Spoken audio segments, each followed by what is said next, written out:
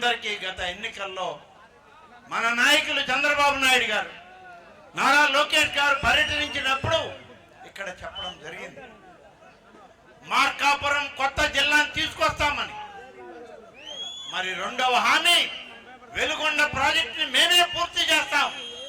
వెలుగొండ నీళ్ళని గ్రామాలకు తరలించి సాగునీరు, త్రాగునీరు ఇచ్చి ఈ మెట్ట ప్రాంత రైతాంగానికి నీరిచ్చి మెట్ట ప్రాంతాల్లో ఉన్నటువంటి పేద వర్గాల వాళ్ళకి దాహార్తి తీరుస్తామని చెప్పి హామీ ఇవ్వడం జరిగింది.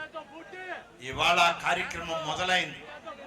సూపర్ 6 కార్యక్రమాలన్నీ నెరవేరుస్తూ ఇవాళ కొత్త మార్కాపురం జిల్లాని ఏర్పాటు చేయడానికి నాడు హామీ ఇచ్చాం, నేడు నెరవేర్చాలని చెప్పి ముఖ్యమంత్రి చంద్రబాబు నాయుడు గారు ఒక ఉప సంఘాన్ని నియమించి కొత్త జిల్లాలని నియామకం చేయడానికి, అందులో మరీ ముఖ్యంగా మార్కాపురం జిల్లాని నియమించడానికి ఏ విధంగా కార్యక్రమాలు తీసుకోవాలో మీరందరూ సలహాలు ఇవ్వండి అని తన మంత్రులనే ఉపసంఘం వేయడం జరిగింది.